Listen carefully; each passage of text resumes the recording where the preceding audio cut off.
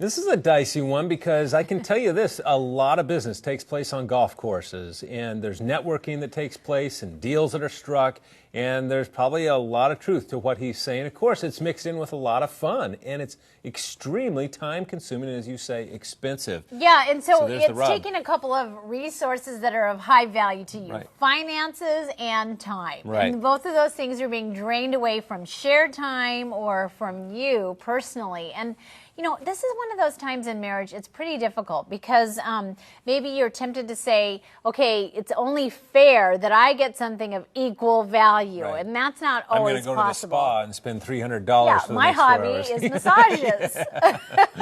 Right. So what can she do? Well, I tell you what, you know, this is an area where it is between the two of you. You kind of have to negotiate maybe some boundaries on pursuing this because it is of value, but putting a little bit of constraint on it, recognizing that the reality is your family budget and your time allowances and that kind of thing does not make it possible for this just to be sort of an open invitation to golf anytime, anywhere, you know, all the time. Yeah, there's got to be some agreed upon restrictions, and this is compromise. I mean, marriage is a lot about compromise, and this is a good example of doing Yeah, just that. and don't be shy about then saying, you know what it makes me feel like is, why am I not getting to dip into, here's another valuable, maybe it's something you'd like to do that would bring you know, a friendship network in your life, it's some kind of a hobby. Right.